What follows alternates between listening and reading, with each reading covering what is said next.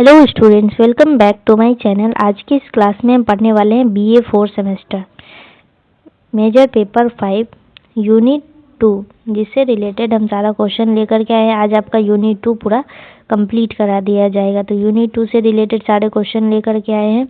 तो major paper 5 philosophy से BA 4 semester.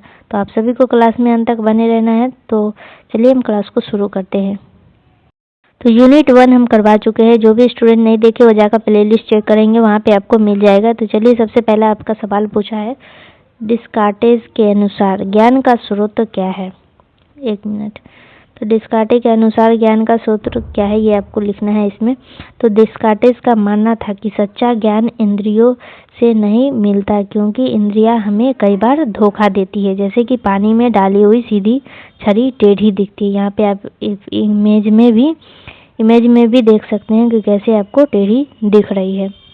तो ये कहना था डिस्कार्टेस का कि सच्चा ज्ञान इंद्रियों से नहीं मिलता है, क्योंकि इंद्रियां हमें कई बार धोखा दे देती है। असल में तो ये पेंसिल सीधा ही होता है रियल में, लेकिन हम पानी में डालते हैं तो टेढ़ा दिखता है। तो यही उनका कहने का मतलब है कि इंद्रियों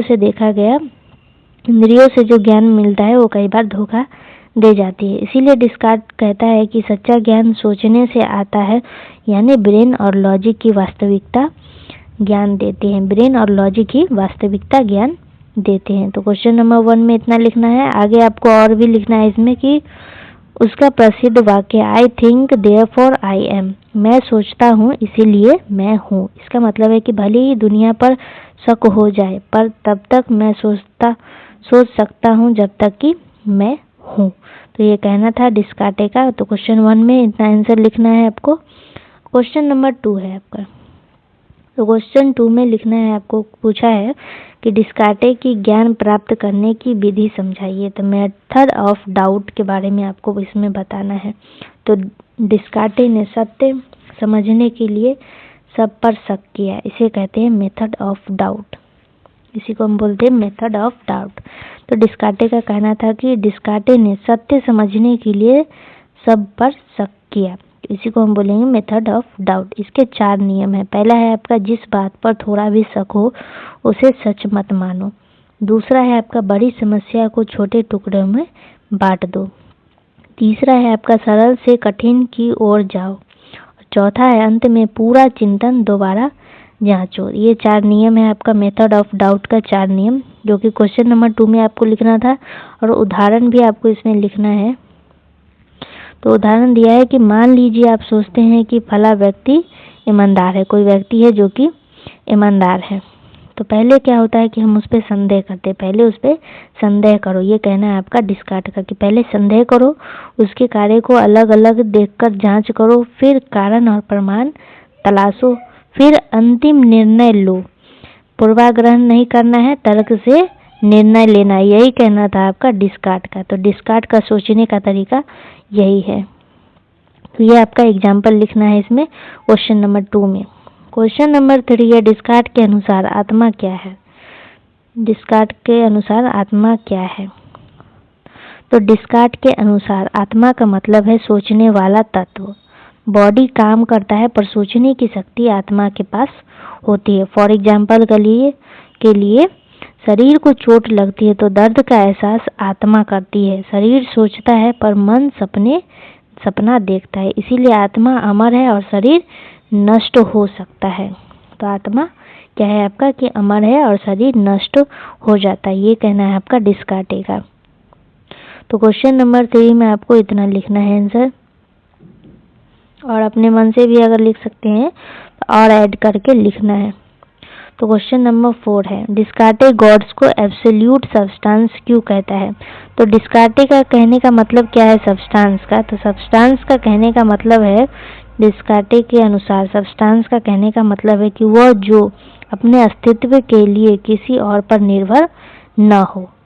मनुष्य और संसार का अस्तित्व किसी कारण पर निर्भर है, पर डिस्कार्टेस कहता है कि गॉड किसी पर निर्भर नहीं है, बल्कि हर चीज उसी पर निर्भर है।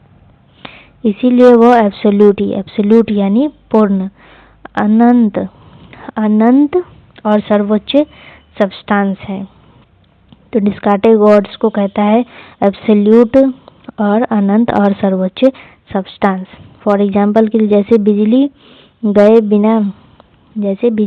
बिना कोई उपकरण नहीं चलता, वैसे ही ब्रह्मांड गॉड के बिना नहीं चलता, वैसे ही संसार बिना गॉड के नहीं चल सकता। जैसे बिजली के बिना कोई भी आप नहीं कुछ भी नहीं चला सकते, अगर लाइट नहीं है तो आप कुछ नहीं चला सकते, तो वैसे ही ब्रह्मांड के बिना मतलब गॉड के बिना ब्रह्मांड नहीं चल सकता है।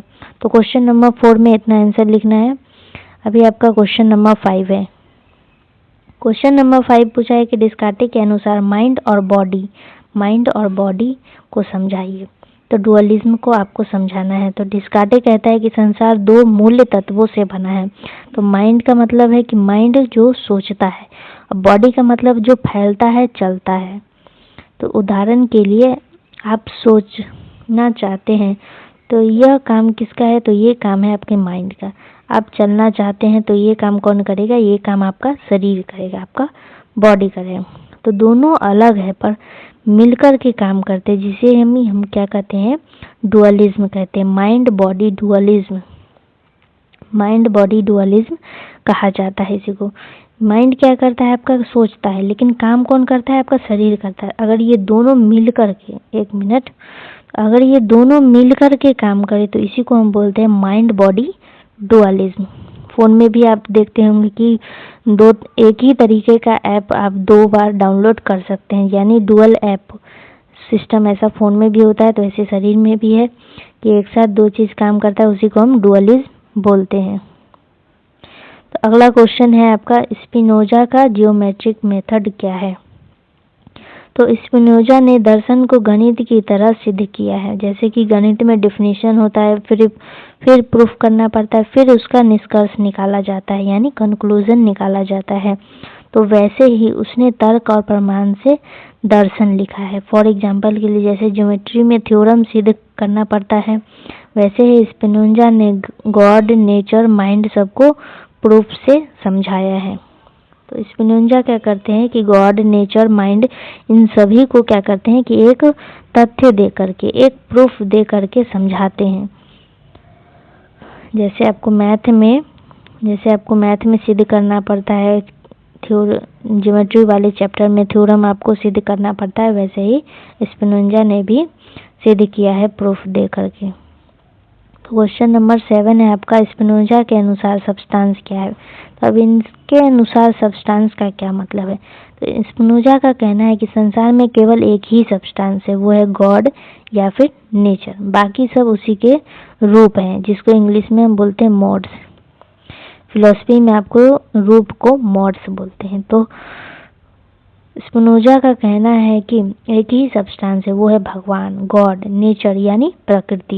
यही है आपका एक सब्सटेंस। बाकी जितने भी चीज है वो उसके रूप हैं। फॉर एग्जाम्पल के लिए जैसे समुद्र एक है लेकिन लहरें कई हैं, पर लहरें समुद्र से अलग नहीं है, वैसे ही मनुष्य, पेड़, पर्वत ये सभी गॉड और नेचर का ही हिस्सा है। तो क्वेश्चन नंबर 7 में उतना लिखना था। अभी क्वेश्चन नंबर 8 है कि स्पिनोजा का थॉट एंड एक्सटेंशन सिद्ध कीजिए। तो स्पिनोजा का जो थॉट है, उनका जो एक्सटेंशन है, इसको सिद्ध करना है आपको। तो स्पिनोजा का मानना है कि थॉट का मतलब है कि माइंड का गुण, एक्सटेंशन का मतलब है कि बॉडी का गुण। तो माइंड और बॉडी दोनों अलग अलग नहीं है, बल्कि एक ही सब्सटेंस के 2 पहलू हैं, इसीलिए दोनों साथ साथ काम करते हैं। इसे ही हम पैरेललिज्म कहा गया है, इसी को हम बोलते हैं पैरेललिज्म। अगर आपको इसका हिंदी में मतलब नहीं आता है तो हिंदी में आपको गूगल से सर्च कर लेना है। तो पैरेललिज्म इसी को कहा जाता है। तो क्वेश्चन नंबर 8 में आपको ये थॉट और एक्सटेंशन के बारे में लिखना था। अभी क्वेश्चन नंबर 8 में आपको उदाहरण भी देना है कि मन दुख होता है तो शरीर कमजोर होता है, लेकिन जब शरीर बीमार होता है तो मन परेशान होता है। तो ये दोनों क्या है? क्योंकि दोनों समांतर ही रूप से काम करता है, इसीलिए इसको हम बोलते हैं पैरेललिज्म। दोनों आपस में कनेक्टेड है, शरीर और मन दोनों आपस में कनेक्ट है, दोनों एक साथ ही काम करती हैं। तो अगला सवाल है आपका क्वेश्चन नंबर 9। लेबनिज़ के अनुसार नॉलेज कैसे मिलता है? तो लेबनिज़ कहता है कि ज्ञान बाहर से नहीं आता, बल्कि हमारे अंदर पहले से ही मौजूद होता है, अनुभव केवल उसे जगाता है। तो लेबनिज का कहना है कि ज्ञान कहीं बाहर से नहीं आता बल्कि हमारे अंदर ही पहले से ही मौजूद होता है, लेकिन अनुभव केवल उसे जगाता है, एक्सपीरियंस उसको जगाता है। ऑलरेडी हमारे अंदर ज्ञान मौजूद होता है। फॉर एग्जाम्पल के लिए, जब बच्चा गणित के नियम नहीं जानता पर जब उसे सिखाया जाता है तो वो समझ लेता है। तो लेबनिज कहता है कि यह समझ पहले से ही दिमाग में थी, कहीं बाहर से नहीं आया है। तो ये आंसर लिखना है आपको क्वेश्चन नंबर 9 में। अभी आपका क्वेश्चन नंबर 10 पूछा है कि लेबनिज की मोनड थ्योरी क्या है। मोनड थ्योरी क्या है? तो लेबनिज का कहना है कि इनके अनुसार संसार छोटे छोटे तत्वों से बना है, यानी सब संसार छोटे छोटे मोनड से बना हुआ है। मोनड्स को हिंदी में बोलते हैं तत्वों, फिलॉसफी में तत्वों बोलते हैं इसको। तो संसार छोटे छोटे जीवित तत्वों से बना है, ये कहना है आपका लेबनिज का। ये कण देखे नहीं जा सकते पर महसूस किया जा सकता है। इनको देखा नहीं जा सकता है लेकिन महसूस किया जाता है। जैसे फॉर एग्जाम्पल के लिए कोशिका, जो कि आप साइंस में पढ़ते भी होंगे। तो कोशिका को आँख से नहीं देख सकते पर उसका प्रभाव को हम महसूस कर सकते हैं। वैसे ही मोनड्स छोटे जीवित ऊर्जा तत्व है। वैसे ही मोनड्स क्या है? छोटे जीवित ऊर्जा तत्व है। तो क्वेश्चन नंबर 10 में आपको यहाँ तक लिखना है। अभी आपका क्वेश्चन नंबर 11 है, लेबनिज की प्री एस्टेब्लिश हार्मोनी समझाइए। तो लेबनिज कहता है कि माइंड और बॉडी एक दूसरे को सीधे नियंत्रण नहीं करते हैं पर वे साथ साथ काम जरूर करते हैं, क्योंकि गॉड ने पहले से ही हार्मनी सेट कर दी है कि वो एक साथ ही काम करेंगे। एक दूसरे के सीधा नियंत्रण नहीं कर सकते पर एक साथ काम करेंगे। तो गॉड ऐसा पहले से ही हमारे अंदर हार्मनी सेट कर देता है। तो उदाहरण के लिए, एक मिनट, आप तय करते हैं कि मुझे पानी पीना है, तो आपका बॉडी क्या करता है? जब आप तय करते हैं कि मेरे को पानी पीना है तो आप सोचते हैं, तो आपको बॉडी क्या करता है कि उठ करके पानी ले आता है। आपका मन नहीं जाता है पानी लेने के लिए, बल्कि आप उठ करके, आपका शरीर उठ करके जाता है पानी लाने के लिए। मन और शरीर में यह तालमेल गॉड द्वारा पहले ही सेट किया हो गया है।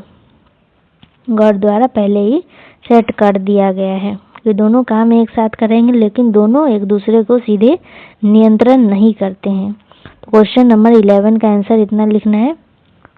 तो आज के इस क्लास में यूनिट 2 से आपका इतना ही क्वेश्चन था। तो मिलते हैं अगले क्लास में अगले यूनिट से, यूनिट 3 से। तो ये मेजर पेपर 5 का था, फिलॉसफी का। आई होप कि ये वीडियो आप सबके लिए हेल्पफुल रहा हो। तो वीडियो अगर हेल्पफुल रहा हो तो वीडियो को लाइक शेयर एंड सब्सक्राइब करना है, चैनल को सब्सक्राइब करना है, अपने दोस्तों के साथ शेयर करना है। तो आप सभी को एग्जाम के लिए बहुत बहुत शुभकामनाएं, बेस्ट ऑफ लक आप सभी को। तो चलिए क्लास को यहीं पे एंड करते हैं।